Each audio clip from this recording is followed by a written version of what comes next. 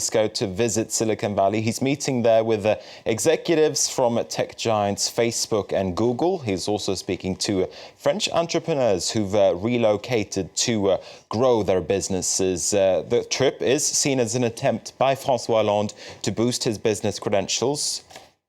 And for more now on how this trip is going down, we can turn to French internet entrepreneur Thomas Serval. He's the chairman of Colibri, a company that makes a connected toothbrush. He's also vice president of Comité Richelieu, an association of French high-tech companies, and he's with us via Skype from San Francisco.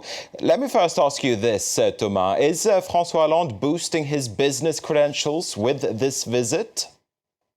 Well, it's getting known better in Silicon Valley because now we are more caricature in Silicon Valley. France has sent a lot of bad messages with the pigeon story and also with the Dailymotion failed acquisition with Yahoo.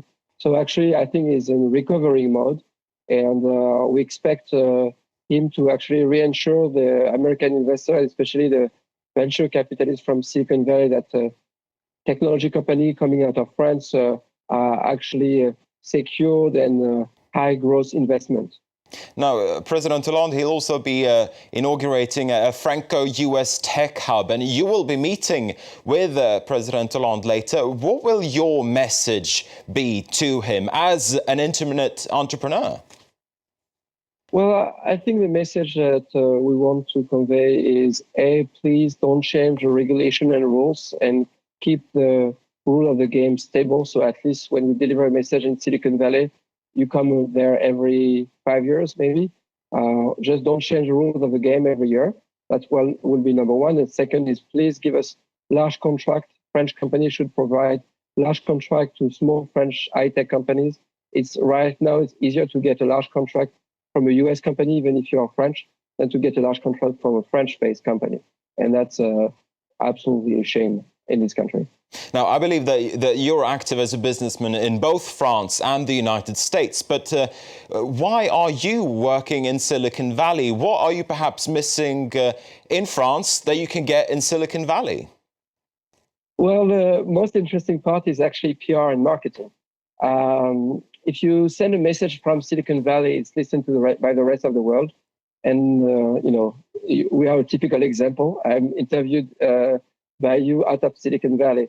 If you send a message about a high-tech company out of France, it's likely being heard in the US.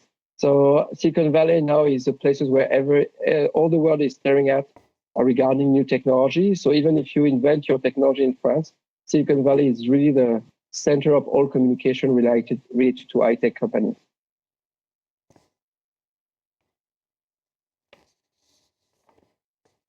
All right, Thomas Serval joining us there from San Francisco. Thank you very much indeed for participating in the show.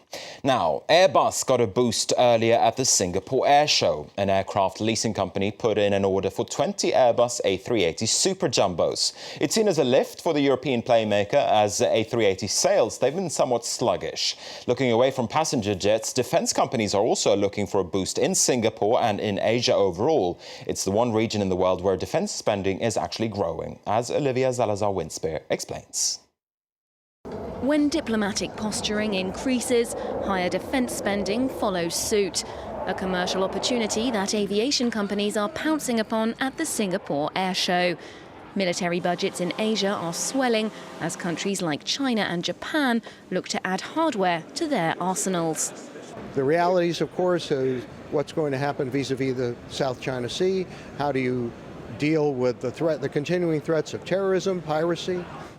Spending in the Asia-Pacific region is growing year on year, while the West trims its outlay. Last year, China had the second largest defense budget after the US, a figure Beijing's looking to increase by some $30 billion over the next 2 years. At the air show, specialist firms are looking to lure buyers with the latest in state-of-the-art technology. Drones is one area that's on the up. We think that there's growing popularity for unmanned systems. We believe they could play a key role. Currently, we are having discussions with South Korea and Japan for our Global Hawk, and Australia as well for the Triton system. One of this year's star products among the fighter jets and helicopters is the P-8A Poseidon.